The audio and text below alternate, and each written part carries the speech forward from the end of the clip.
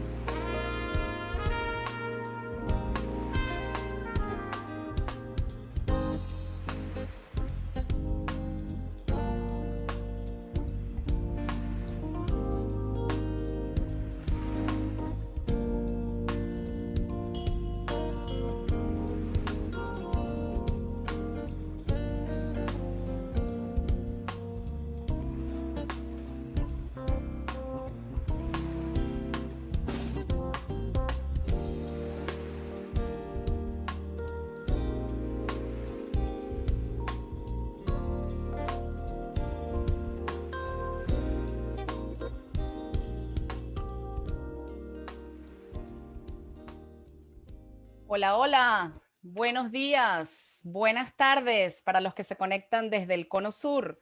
Por aquí ya vamos a dar inicio a la conferencia, agradeciendo a todos los que se han conectado puntualmente y bueno, esperamos que en el transcurso de este ratito se siga sumando gente. Eh, a ver, le voy a dar la bienvenida. Esto es un grupo muy nutrido porque aquí tenemos gente de Latam PR y también tenemos invitados externos. Así que formalmente les doy la bienvenida a la cuarta conferencia anual regional de Latam PR Network, que es la primera red de agencias de comunicación y marketing estratégico especializada en Latinoamérica. Mi nombre es Verónica Hernández. Yo soy socia fundadora y CEO de Smart Concorp, una de las agencias miembros de esta magnífica red con operaciones en Venezuela y Panamá. Hola Sandra, bienvenida. Hola, ¿qué tal? ¿Cómo estás? Yo Muy soy bien. Sandra Cinco, presidente de a encargo de la Tampiar, que es una red que tiene 13 años de operaciones y 13 agencias parceras en 14 países. También soy socia fundadora y CEO de Grupo Casa, agencia con presencia en Brasil, en Londres. Esta es la primera conferencia de 4 que haremos en este mes. Y haremos esas conferencias públicas dentro de nuestro Congreso Virtual Anual. Las hicimos públicas porque queremos contribuir a través del conocimiento especializado a ese inmenso proceso de transformación que estamos viviendo hoy en día. Y por lo tanto, creemos que fue muy importante compartir con todos agencias de comunicación, profesionales de comunicación, los conocimientos que vamos a adquirir en este mes.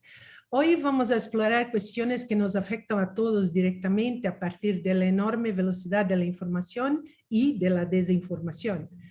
Esto está impactando no solo nuestros negocios, como nuestras vidas personales, ¿no, Verónica?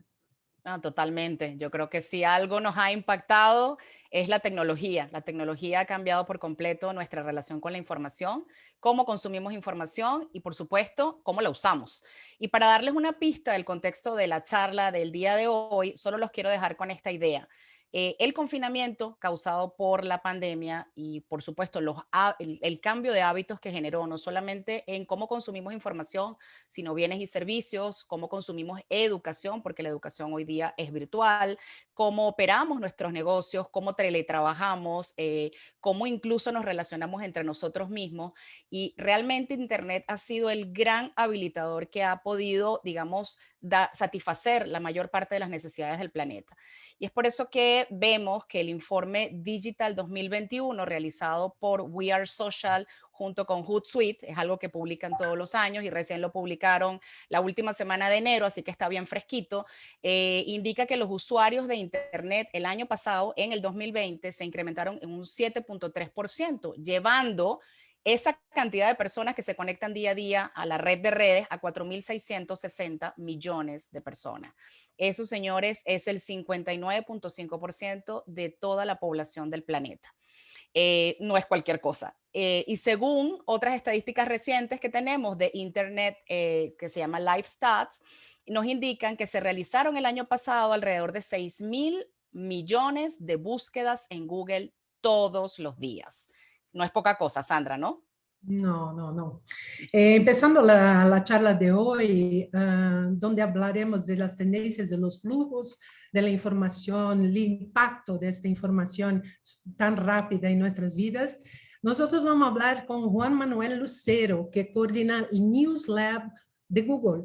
Ellos coordina el News Lab para toda Hispanoamérica, coordinando un equipo global que trabaja con periodistas para apoyar la innovación en la sala de redacción, formar y colaborar en los desafíos de la industria. Antes de incorporarse a Google, Juan trabajó como profesor, consultor en estrategia digital, fue director de cursos de posgrado relacionados con periodismo, marketing, innovación y negocios digitales.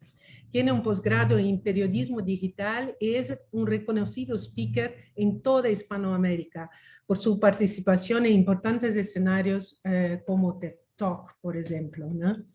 Quería te pasar a ti, Vero, pero pedirte que hables el español un poquito más Más despacito. Y les despacio, voy a pedir también a Juan, claro. porque hay brasileños en el call Sí. como mí que no saben, no Claro comprenden. que sí, claro que sí. Voy a hacer un esfuerzo por frenar la velocidad, claro que sí.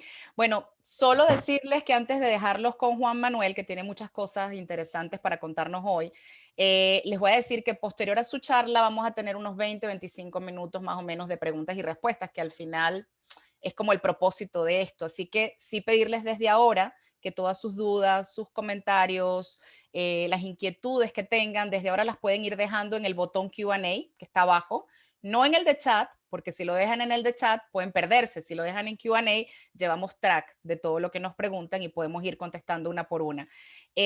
También les recuerdo que estamos intentando salir en vivo en las redes sociales. Ya nos van a comentar si finalmente pudimos salir en vivo en la red de Latam PR y de otras agencias. Por ahí nos los van a comentar en el chat.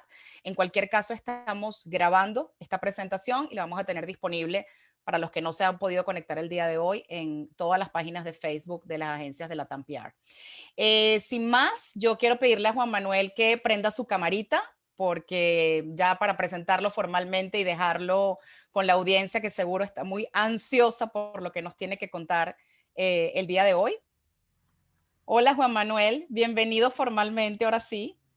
Hola Verónica, hola Sandra, muchas gracias. Gracias por la invitación, estoy muy honrado de poder compartir este espacio con ustedes. Voy a hacer lo posible también por hablar lento y pausado, así entre todos nos podemos entender mejor. Sin duda alguna, sin duda alguna. Bueno, Juan Manuel, aquí somos todos oídos. Te vamos a dejar la palabra porque seguro tienes una introducción y muchas cosas que contarnos, empezando por lo que es Google News Lab. Así que te dejamos para ti la cámara y luego volvemos, Sandra y yo, contigo.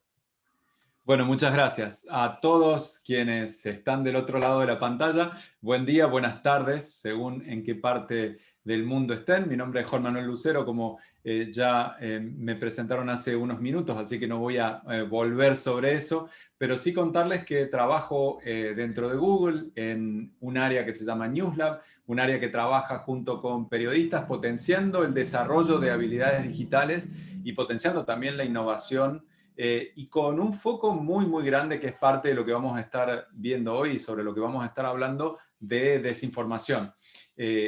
NewsLab es un equipo que existe hace unos 6, 7 años aproximadamente y que hoy está casi exclusivamente dentro de un proyecto muy, muy grande que involucra muchas áreas de Google que se llama Google News Initiative también, que lo que hizo fue unificar gran parte de los proyectos y las iniciativas que tenía Google con los medios de comunicación para potenciar la innovación, el desarrollo de habilidades editoriales, de habilidades de negocio, de innovación tecnológica dentro de un mismo proyecto, y desde hace 3 años estamos trabajando muchos equipos dentro de eso.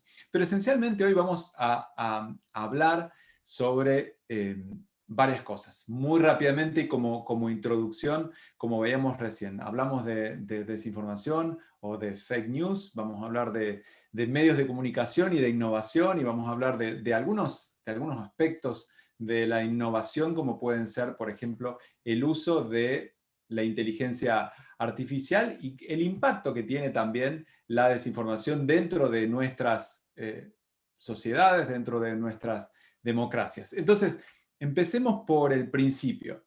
Cuando hablamos de fake news, y esto muchos de ustedes que están en la comunicación, en el área de relaciones públicas, que están en el marketing, saben que hay un concepto que quizás define mejor el fenómeno de las fake news, que es desinformación, ¿no? Algo que no etiqueta, que no estigmatiza la noticia, sino que habla de lo que la noticia produce, que es desinformar. O sea, es un concepto más amplio y que hace aproximadamente 10 años que lo estamos usando muy fuertemente, desde hace 4 o 5 más fuertemente, a medida que vemos el impacto que esto está teniendo. Existe, ya lo sabemos, ¿no?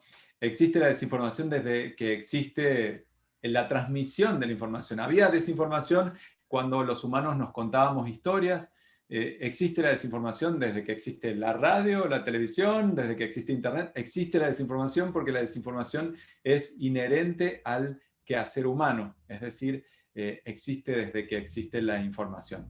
Y si no, recordemos las distintas historias que hemos contado o que no han contado nuestros padres sobre distintas cosas que no procuraban desinformar, pero como puede ser el ratón Pérez y el dinero que nos dejaban bajo la almohada, que es sino desinformación, o la historia del cuco o el coco, como le dicen en distintos países también, que es sino desinformación. Pero bueno, más allá de esa broma, la desinformación es algo que es de particular importancia esencialmente cuando estamos en momentos críticos para nuestras sociedades, para nuestras democracias, como pueden ser momentos de elecciones, como pueden ser momentos de muchísima incertidumbre, como estamos viviendo ahora alrededor del COVID, de la pandemia, y ahora este año particularmente en todos nuestros países de Latinoamérica, en todo el mundo, sobre el tema específicamente de las vacunas.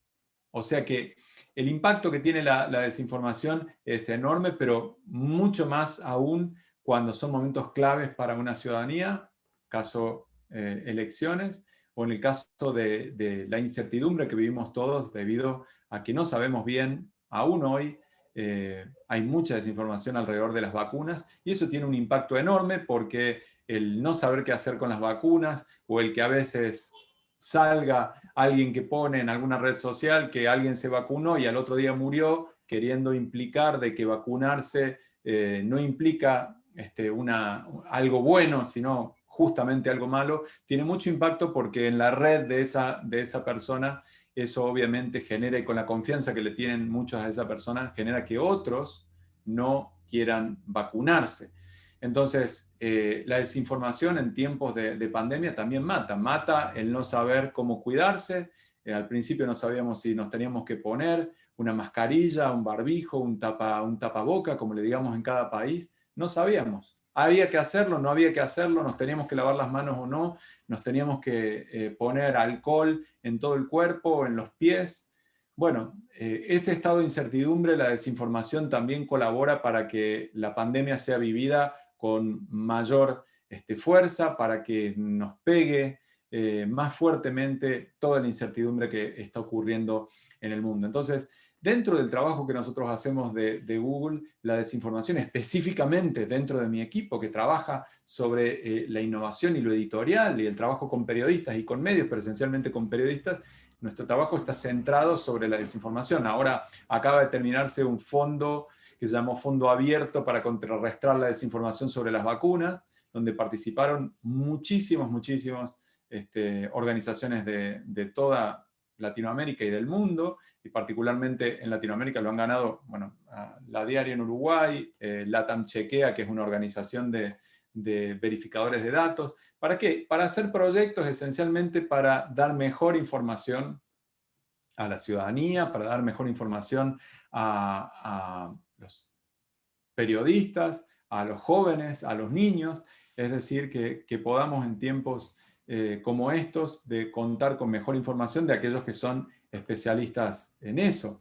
Otro de los puntos relacionados con la desinformación es la importancia que tiene poder seguir capacitando a la ciudadanía, poder seguir capacitando a quienes informan también, capacitando en los momentos que son claves, ¿no? Como por ejemplo elecciones. Relacionado con eso, por ejemplo, hemos trabajado junto con las coaliciones que se han ido haciendo en cada uno de los países. Verificado en México, Reverso en Argentina, Comproba en Brasil, hemos trabajado con LATAM Chequea también en estos momentos de elecciones, porque es justamente cuando estas coaliciones que buscan darle a la ciudadanía mejor y más información comprobada por muchos medios trabajando en conjunto, es necesario. Entonces hemos hecho muchísimos proyectos con eso, o por poner otro ejemplo, acaba de salir en Europa una contribución de 25 millones de dólares de Google para un fondo europeo de medios, donde la misma comunidad europea lo va a trabajar para, bueno, porque en Europa también se siente que la desinformación es un problema enorme. Entonces, hay que educar. Educar es parte de nuestro trabajo dentro de Google, y creo que a nivel personal también tenemos que educar a los niños, educar a los adolescentes, educar a los maestros, para que sepan mejor distinguir por un lado la desinformación, pero también educar a nuestros hijos, a nuestras familias, a nuestros amigos, para dejar de compartir y para, ante la duda, dejar de compartir aquello que no tenemos comprobado. Les cuento 2 proyectos, esencialmente. Uno que vamos a estar lanzando la semana que viene, que se llama Digimente, que estamos trabajando junto con Movilizatorio, una ONG colombiana, y Teach for All en distintos países, esencialmente en Colombia, Argentina y México, donde se hizo el programa piloto, pero es un programa para toda Latinoamérica para apoyar a maestros, para que tengan todo, para que en sus clases puedan dar clases sobre alfabetización digital, para que los chicos puedan leer mejor los contenidos, para que sepan seleccionarlos críticamente, y sobre desinformación esencialmente. Para maestros, para escuelas y también para padres que quieran con sus hijos ponerse a ver esos contenidos para enseñarles. Entonces, frente a la desinformación, nosotros como ciudadanos tenemos un rol crítico y desde Google tenemos un rol que creemos también que jugamos un rol muy importante en apoyar todas estas iniciativas porque esencialmente, como ustedes saben, Google se estructura alrededor de la información de calidad. Entonces, queremos promover, queremos que haya más y mejor información de calidad. Y en esto la educación juega un rol enorme y desde mi área trabajamos directamente con periodistas para también acercar herramientas para la verificación de datos, apoyar a verificadores de datos, porque creemos que es parte de lo que hace a nuestro trabajo. Eso por un lado. Por otro lado, yendo al tema más de medios, estamos en un momento la pandemia, el trabajar desde casa ha acelerado la transformación digital de los medios de comunicación de todo el mundo, no solo de nuestra región, la transformación en términos de procesos, de cultura, de habilidades digitales, de tecnología. Lo que no se hizo en los últimos 10 años, en muchos medios de comunicación se empezó a hacer, y no solo en muchos medios, en muchas compañías de todo el continente, porque hubo que adaptar los procesos, hubo que adaptar la tecnología, hubo que adaptar la cultura a una modalidad de trabajo más ágil, fuera del ámbito de la empresa, con los controles, con la seguridad, con las certezas que nos daba estar todos alrededor en el mismo escritorio, dentro de la misma empresa. Bueno, todo se desestructuró. Entonces, dentro de los medios particularmente hay muchas cosas que han cambiado, desde que ya no existe ese clima de redacción. Hay en muchos países, por ejemplo, en Ecuador hasta hace algunas semanas se podía ir a trabajar, en México con ciertos cuidados se podía ir a trabajar, en Argentina no se ha podido trabajar, pero lo que se está haciendo obviamente es incorporar como grandes cambios dentro de los muchísimos cambios, 3 o 4 puntos. Uno de los que más he visto en mis conversaciones con los CEOs y con los editores de periódicos, desde los más grandes de la región hasta los más chiquitos también. Hemos creado un espacio abierto siempre para que los medios podamos conversar y saber cuáles son sus desafíos. Dentro de esos desafíos y de las innovaciones que están haciendo está sobre incorporar esencialmente tecnología para entender a la audiencia, para entender cuáles son las necesidades en términos de contenido, cómo consumen ese contenido, en qué horarios, cómo entender, cómo ofrecerle valor a mediano y largo plazo para que sigan leyendo, escuchando, mirando mis contenidos y para poder trabar una relación, que esa fidelización que en muchos empieza siendo a partir de contenido gratuito, después se transforme en un sentido de pertenencia, que después se transforme en una suscripción o en la participación en alguna de las otras líneas de negocio que un medio pueda tener, sea organización de eventos, organización de reuniones con periodistas, es decir, trabajar en la fidelización de la audiencia, pero usar la tecnología para entender cuáles son las necesidades y cómo mejor servir a esa audiencia, a esos lectores, a esos que están escuchando, mirando, porque ya es difícil decir, depende de cuál sea el foco de cada medio, ya no podemos decir solo lectores, sino a esa audiencia, cómo poder mejor servirle esos contenidos y sobre qué contenidos hablar, y en algunos casos también hacerlos partícipes de lo que está ocurriendo dentro de la redacción. Por otro lado, uno de los grandes puntos está sobre cómo hacer más eficiente el proceso de suscribir, de que alguien tome la decisión de comprar ese contenido, de ser parte de una comunidad, depende de cómo lo estructure cada medio. Entonces, en ese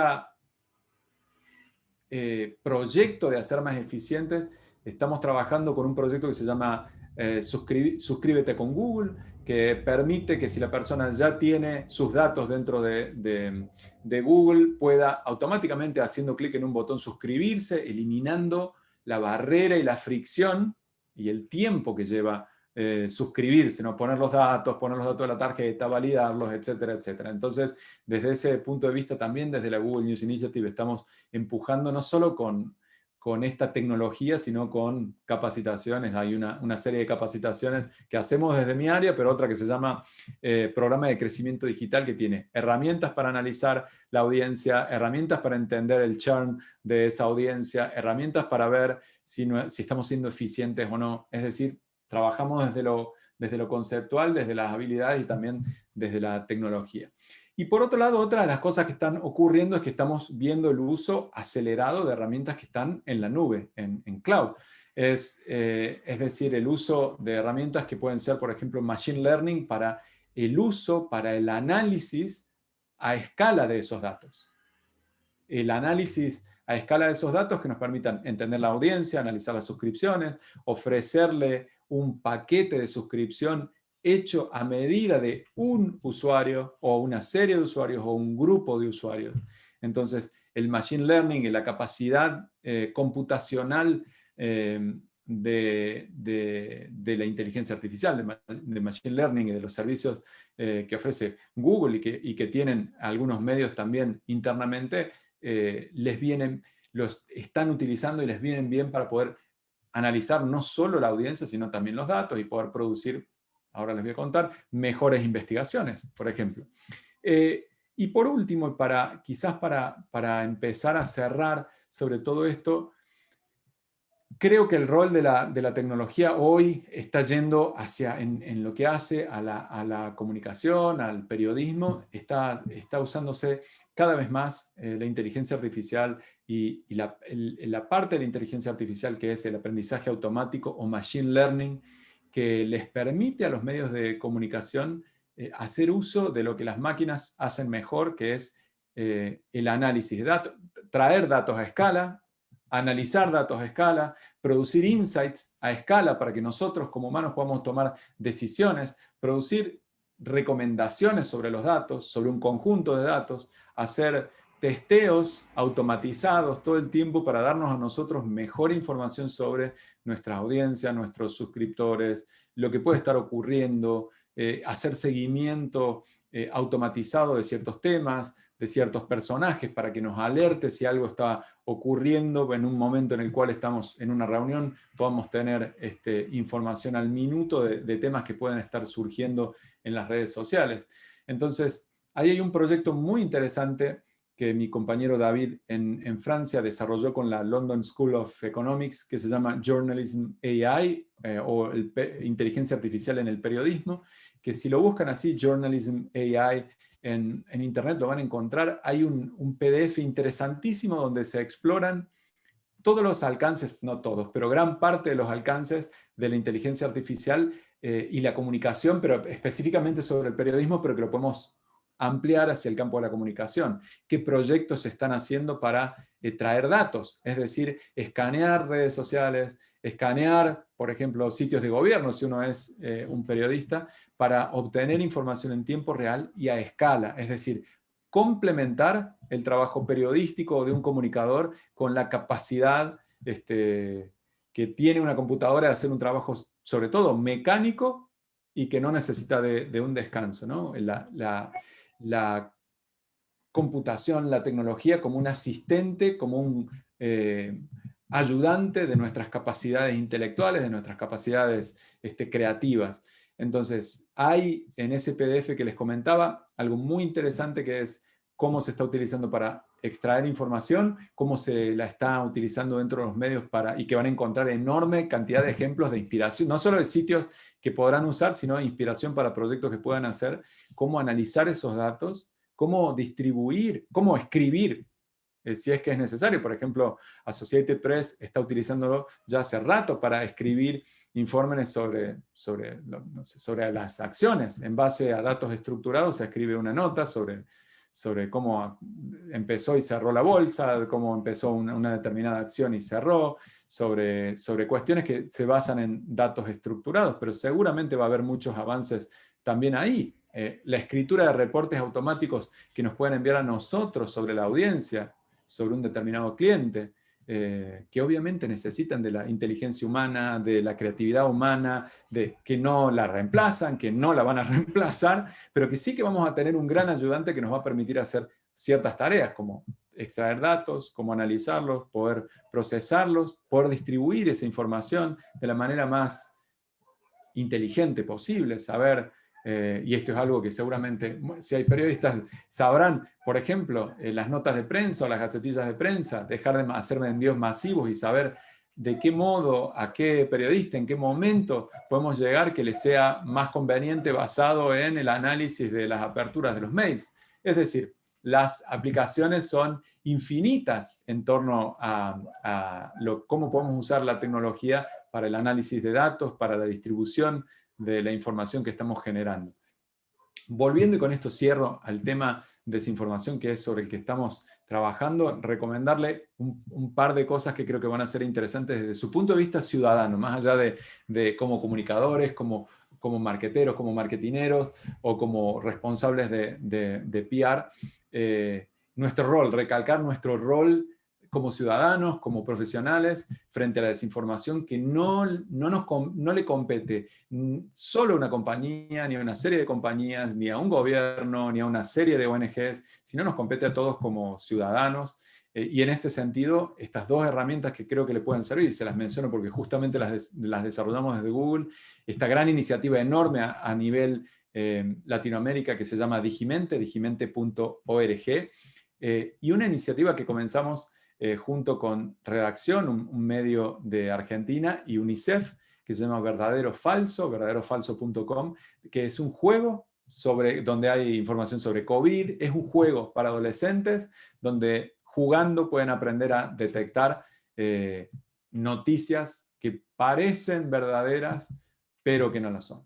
Entonces creo que ahí tenemos todos un rol enorme en la colaboración, en la construcción de proyectos, en el fomento de iniciativas que hagan que la ciudadanía, nosotros primero, esencialmente nosotros como ciudadanos primero, pero después en nuestro rol profesional, ayudar a que en nuestros respectivos países, y ni siquiera pueblos, ciudades, regiones, países y región Latinoamérica, podamos seguir alertando, apoyando y fomentando el uso de las capacidades críticas de los más niños, de los niños, de los adolescentes, por supuesto de una parte de la ciudadanía que no siempre tiene todas las herramientas a la mano, no sabe cómo analizar esa información para ayudarlos a que no la compartan antes de que eso se transforme en lo que después terminamos llamando fake news, y que se llame fake news, se llame desinformación, tiene un efecto enorme y sobre todo muy negativo en tiempos de incertidumbre, como decíamos al principio, y sobre toda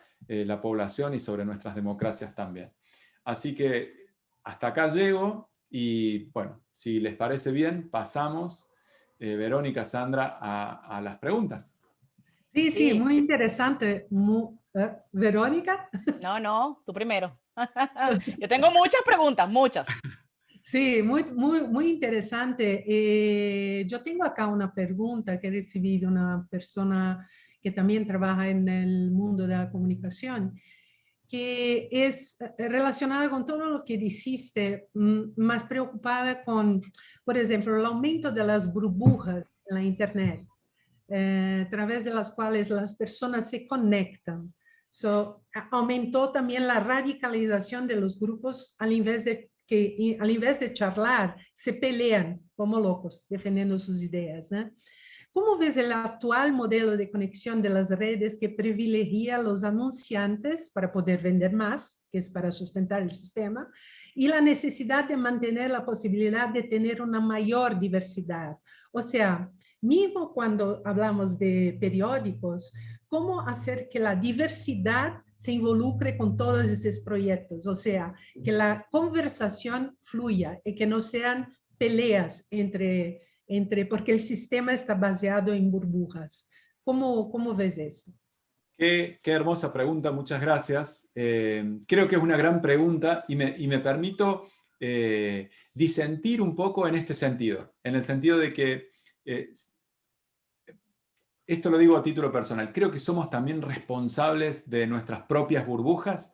Creo que nosotros tenemos que irle dando señales en nuestros perfiles de las redes sociales a los algoritmos para que privilegien la información de otros, para que nosotros sigamos a otras perspectivas. Hay un componente en esto que nosotros tenemos que ser parte activa, en el cual nosotros tenemos que tratar de no solo dejar que la información venga hacia nosotros, sino tratar de escuchar esa información. Ahí tenemos algo que cualquier científico va a poder corroborar, y que ya han corroborado estudios, y es que en general los humanos estamos siempre un poco, tenemos una burbuja previo, ¿no? Previo a la digitalidad, previo a las redes sociales, siempre estamos inmersos en nuestra burbuja, una burbuja perceptual en la cual tratamos de buscar cosas que apoyen nuestro propio punto de vista más que aquellos que estén en desacuerdo. Entonces creo ahí que hay una parte nuestra, no entiendo bien la relación de los anunciantes, pero creo sí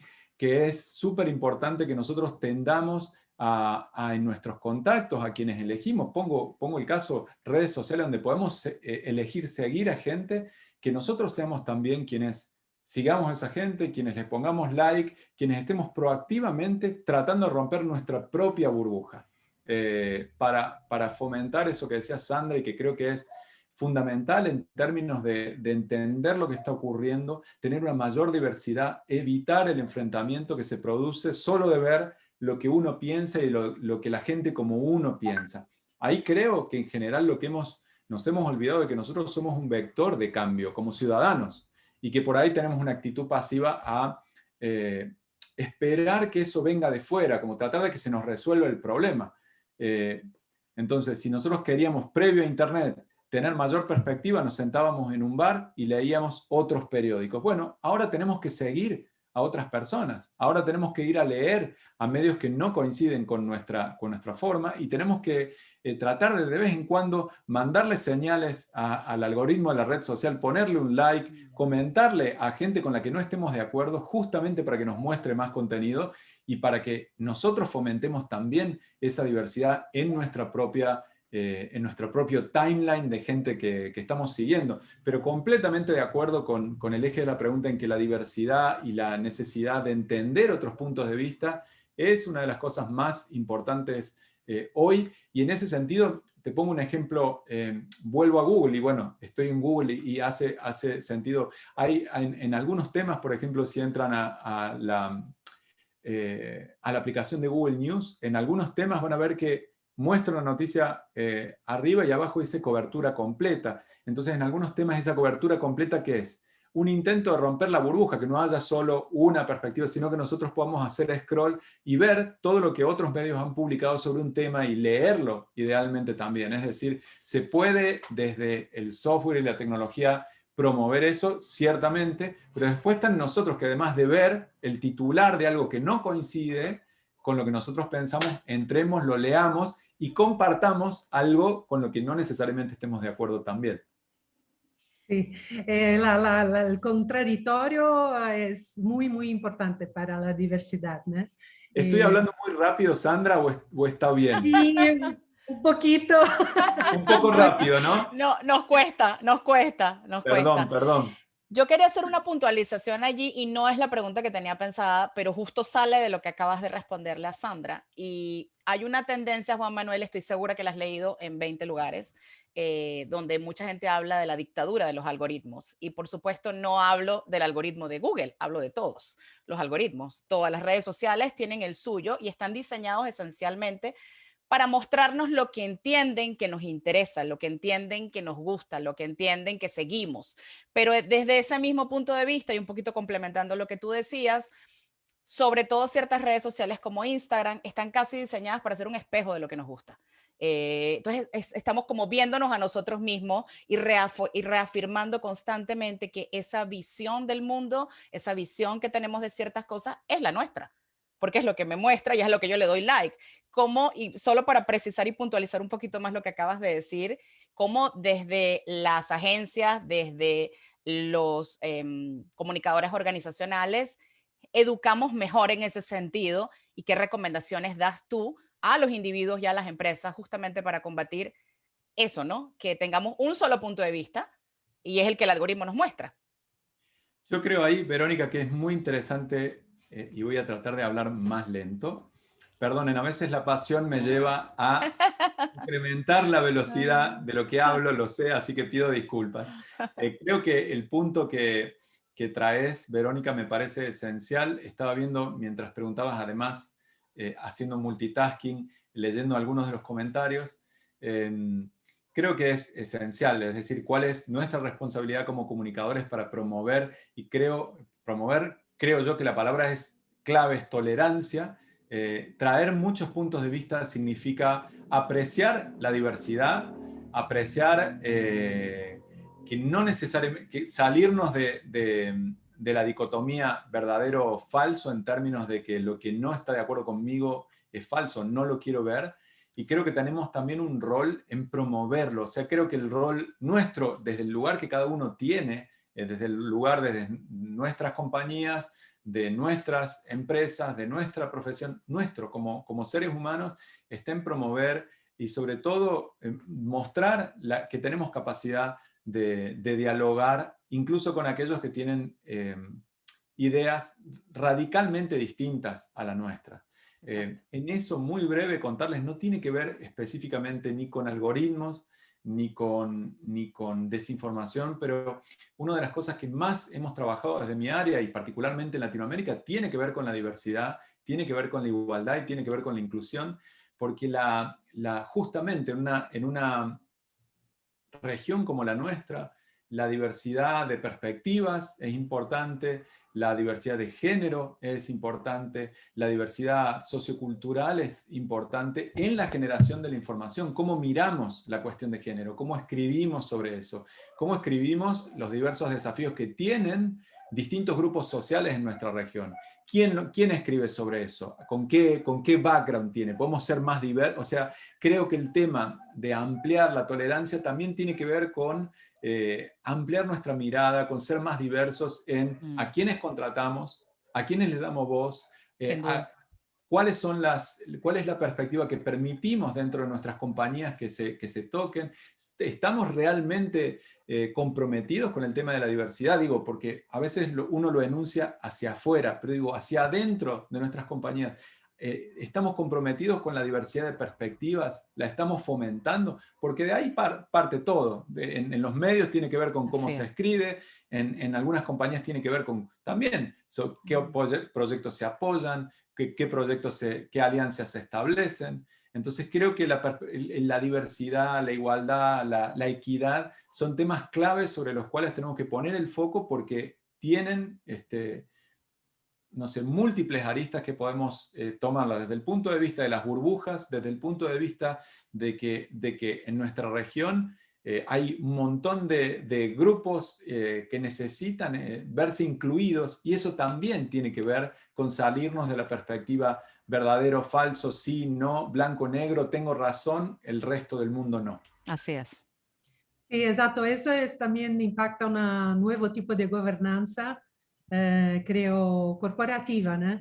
En las empresas de comunicación también, para llevar más diversidad también en ellas, en los periódicos y todo, ¿no? Yo quería preguntarte, volver un poco a la cuestión de los robots produciendo noticias, ¿no? Produciendo contenido, enviándolo a canales segmentados por tipo de audiencia, periódicos y plataformas informativas recibiendo esses contenidos, analisando com ferramentas de inteligência artificial, publicando o que mais lhe interessa, etc. ¿Cómo ves este tipo de inserción de la inteligencia artificial y de la robotización en el contenido? Sabiendo que, por ejemplo, yo vi recientemente un documentario con el análisis del impacto de inteligencia artificial en control de personas en la ciudad de Londres, que fue muy malo, tuvieron que suspender una parte porque miraba, por ejemplo, con reconocimiento facial, le daba informaciones equivocadas. ¿Cómo ves la seguridad de esto? ¿Y qué tipo de periodista vamos a tener en el futuro? Tipo un analista de datos, tendremos más analistas de datos que periodistas. ¿Cómo ves esos cambios enormes en la industria de la comunicación? ¿Cómo estás mirando esto a nivel global? ¿Qué sientes como tendencia, trend? Creo que hay un fenómeno indiscutible en términos de que la inteligencia artificial la vamos a estar usando sí o sí. No hay ninguna duda sobre eso. Vamos a estar utilizando distintas tecnologías, distintos usos de la inteligencia artificial para hacer múltiples cosas, como decíamos.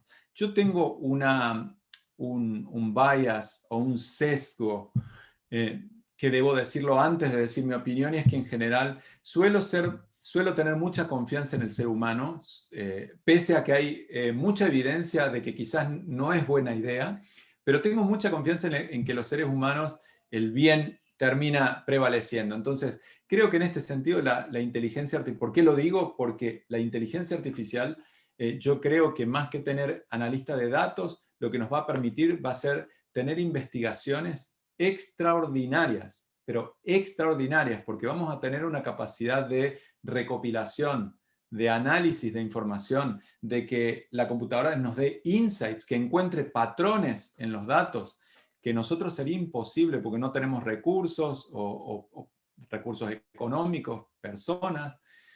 Pongo un ejemplo concreto.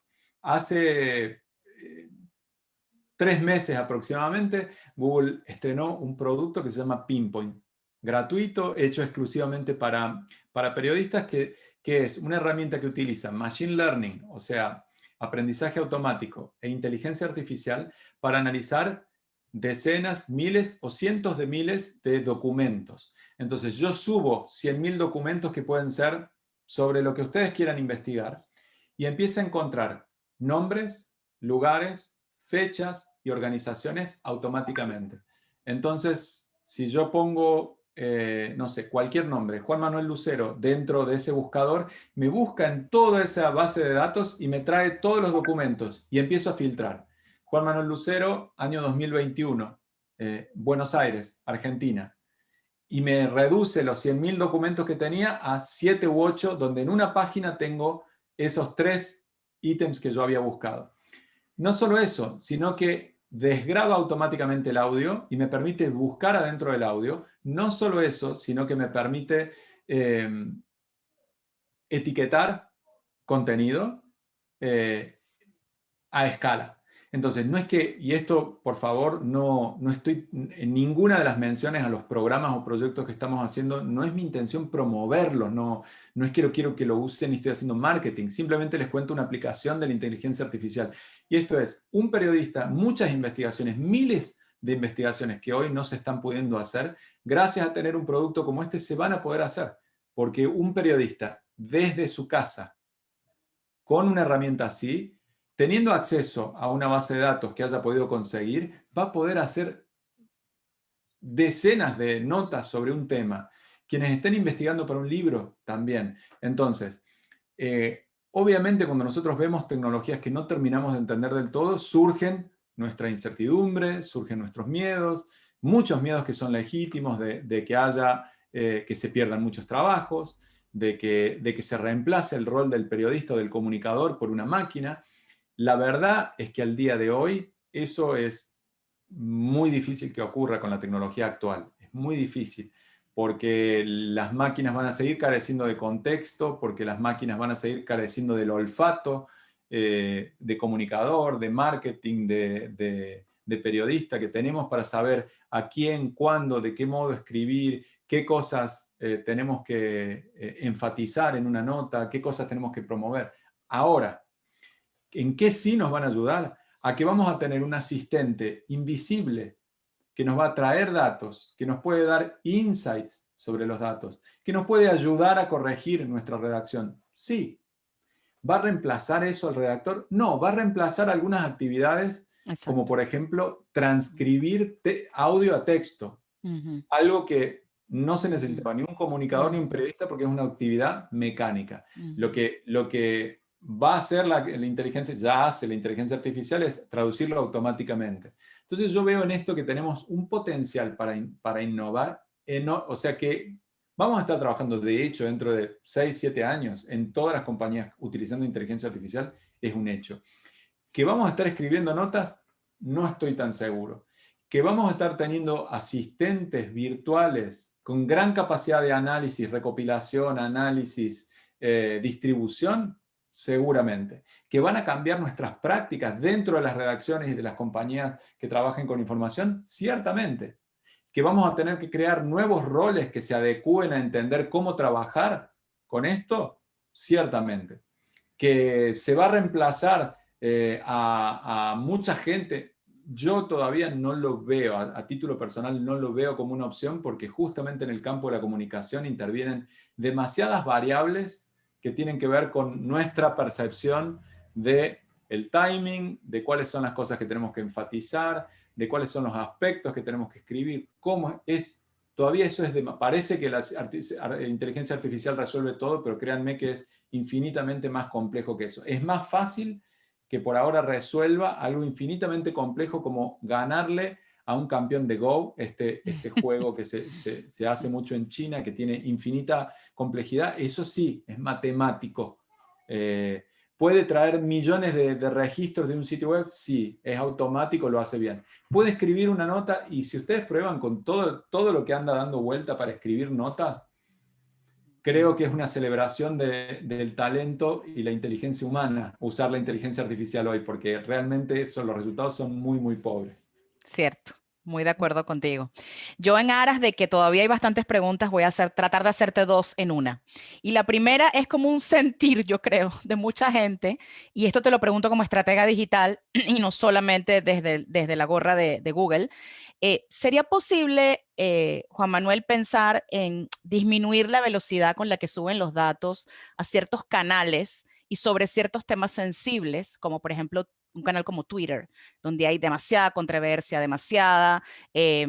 hay gente que siente que ya no le gusta Twitter, porque siente que Twitter más bien le genera muchísima angustia, ¿no? Entonces, digo, como una forma de lograr un uso un poco más saludable de este tipo de redes cuando se trata de fake news. Esa es una.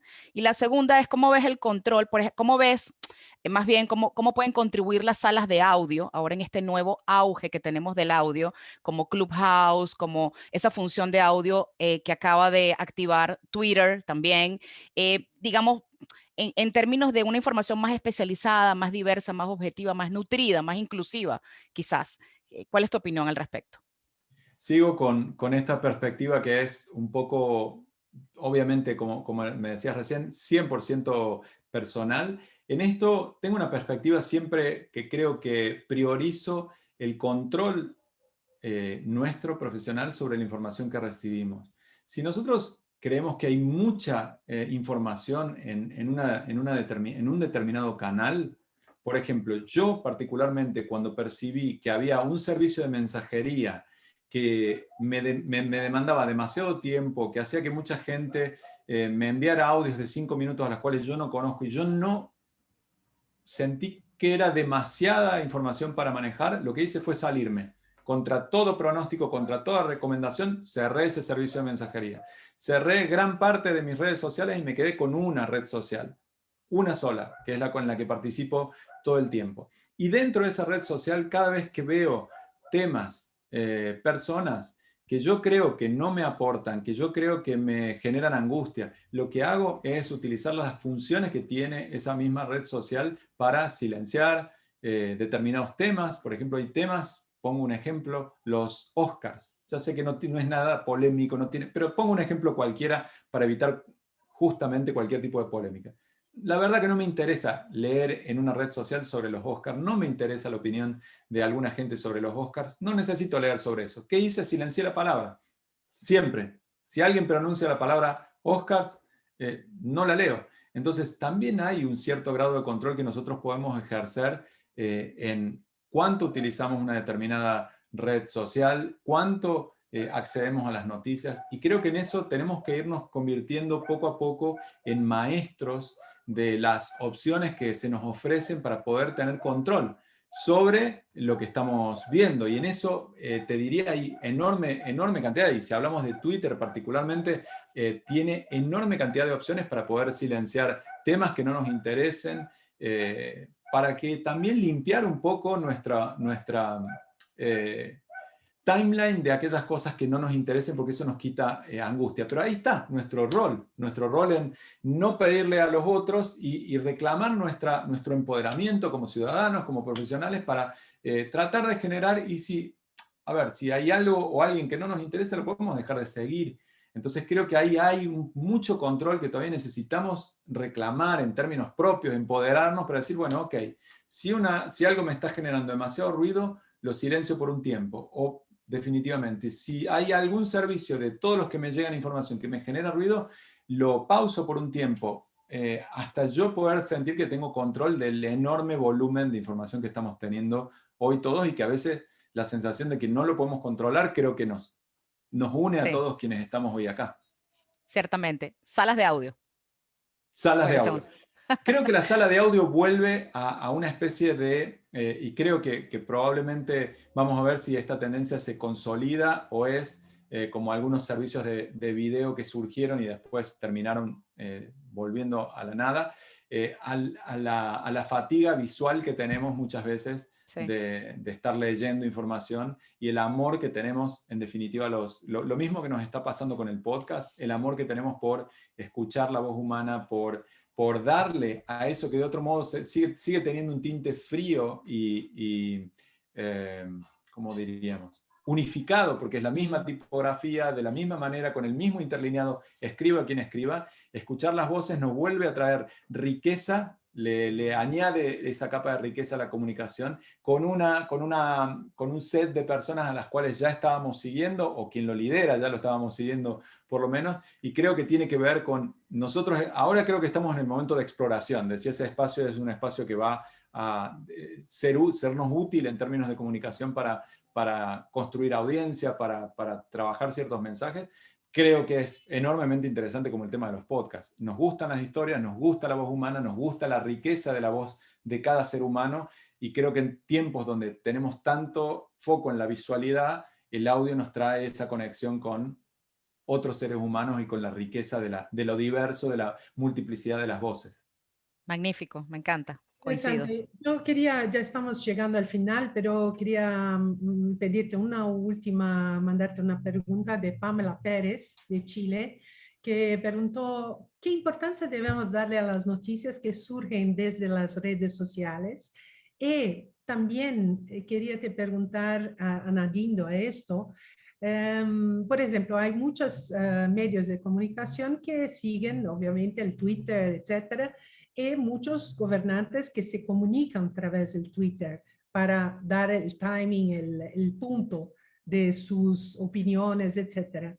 ¿Cómo ves esto? ¿Cómo ves, por ejemplo, la media cubriendo a anti-vaxxers o noticias falsas, etcétera, sin de una forma que no lleve más personas a seguir determinadas cosas? Sí, está la libertad de decisión de cada uno, etcétera, pero hay necesidad de saber los dos puntos de vista. ¿Cómo ves esto añadiendo Twitter y otras redes sociales desde el punto de vista de la información? Mira, lo que diría, creo que es también una pregunta interesantísima, y primero pido disculpas para quienes no hablan español por mi olvidarme todo el tiempo de hablar más despacio. Lo siento. Por otro lado, agradecerles las preguntas, que me parecen súper relevantes y súper interesantes, y obviamente hago mi esfuerzo por condensar algo que es súper complejo, y pido disculpas si hay alguna simplificación de más en lo que estoy diciendo. En esto creo que hay un enorme desafío en términos de la información. A ver, más que preocuparnos por la producción, que por supuesto cada plataforma tiene su estrategia de cómo tratar de ver qué se está publicando y tratar de dejar de compartir aquello que no necesariamente es verdad, vuelvo a incidir en el rol que tenemos nosotros, porque pongo un ejemplo. En Brasil, gran parte de los problemas que hubo respecto de la desinformación no se generaron con la información en algún lado, que puede ser en una red social o en un sitio web, pero esencialmente eran seres humanos compartiendo, enviándoles mensajes a otros seres humanos sobre noticias sobre las cuales no sabían.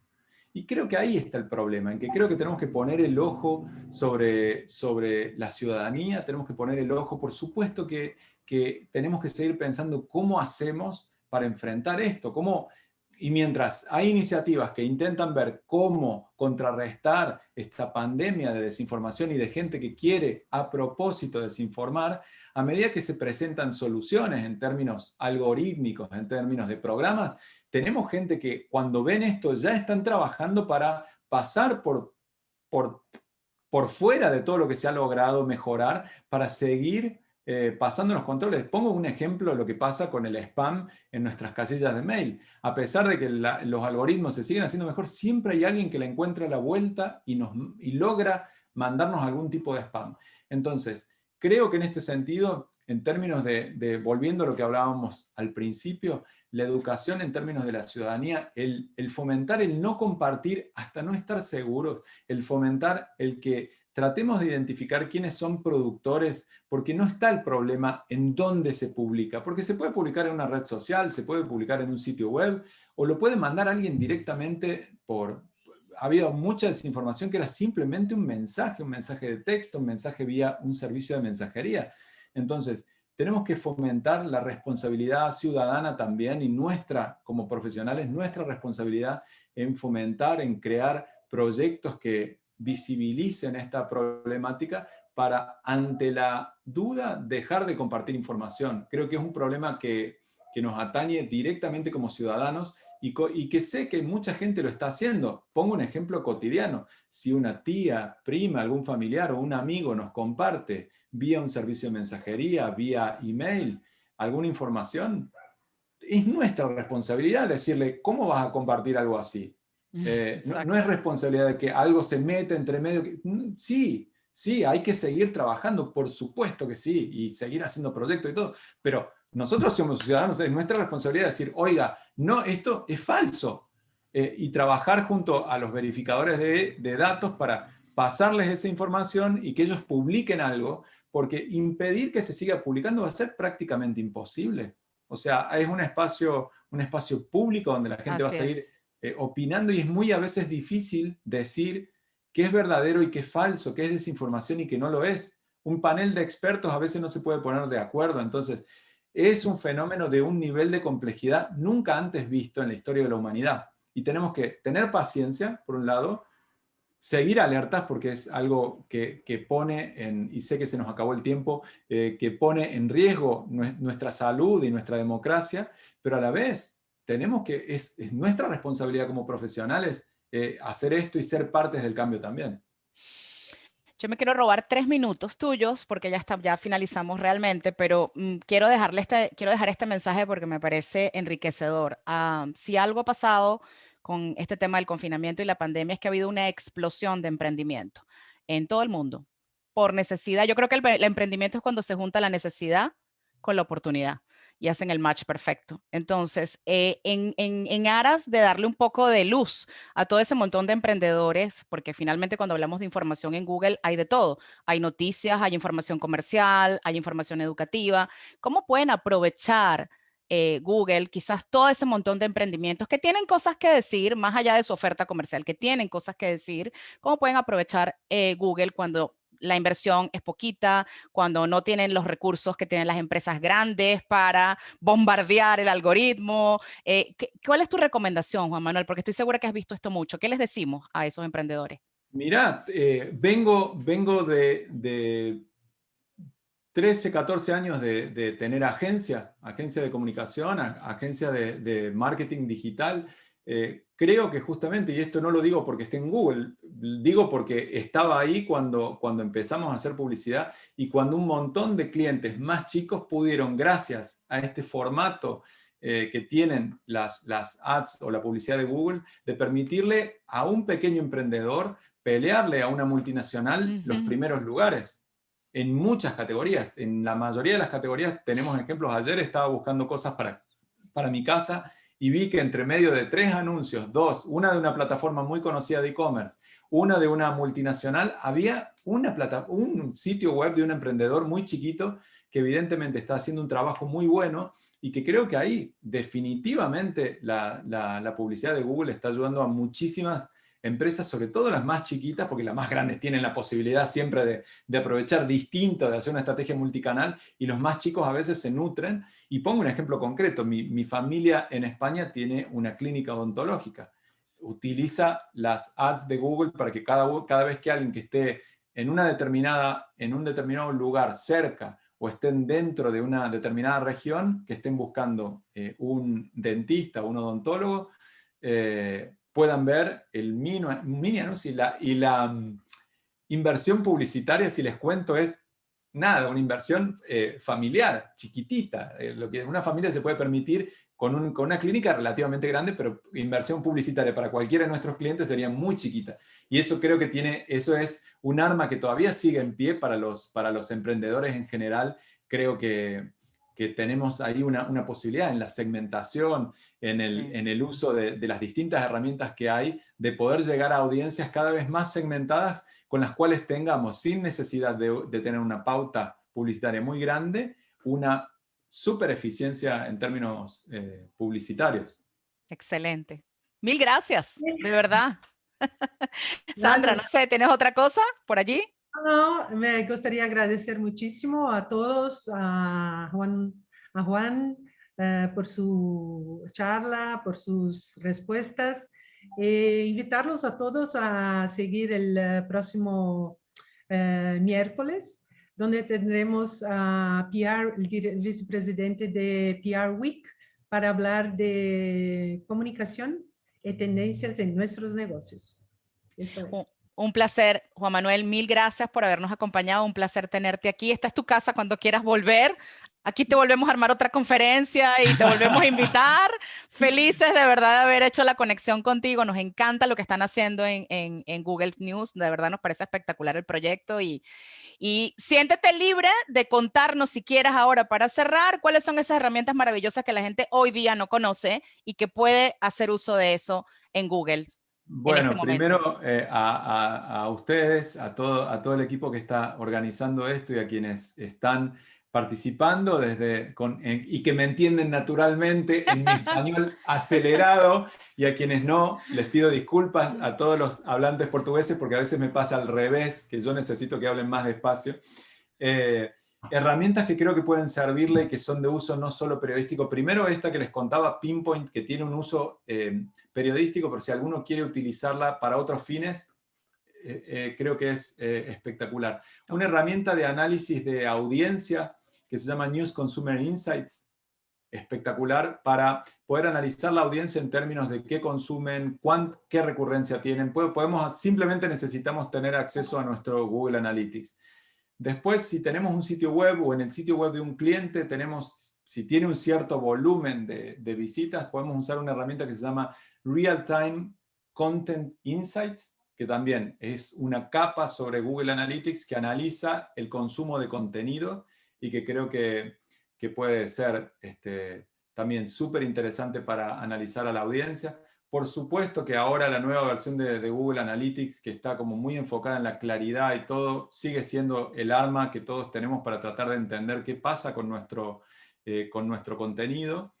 Y después recomendarles 2 programas para aquellos que trabajen, que tengan como clientes a medios de comunicación. El programa de capacitación que tiene Newslab, que si buscan Newslab Training Program o programa de capacitación, hacemos capacitaciones en el sitio web. Tenemos un programa en YouTube que se llama GNI Live con capacitaciones o quincenales sobre distintos temas que hacen a la comunicación y al periodismo. Y por otro lado, el programa de crecimiento digital más enfocado en negocio. Y la última herramienta que les puede servir es una herramienta que se llama, una que creo que todos ya la deben conocer y asumo utilizar, Google Trends, que permite tener un insight sobre la audiencia, nada que decirle, ya la deben conocer, y una para hacer visualizaciones de datos súper fácil, también gratuita, que se llama Flourish, que permite, copiando y pegando datos de una hoja de cálculo, hacer visualizaciones en segundos, minutos o media hora como máximo. Así que bueno, agradecerles de nuevo y seguramente vamos a estar en contacto pronto. Así es. Muchísimas gracias a ti, de verdad. Gracias a todos los que se conectaron. Un placer tenerlos. Nos vemos el 15 en la segunda conferencia y muchas gracias. Feliz día. Chao. Bye. Bye.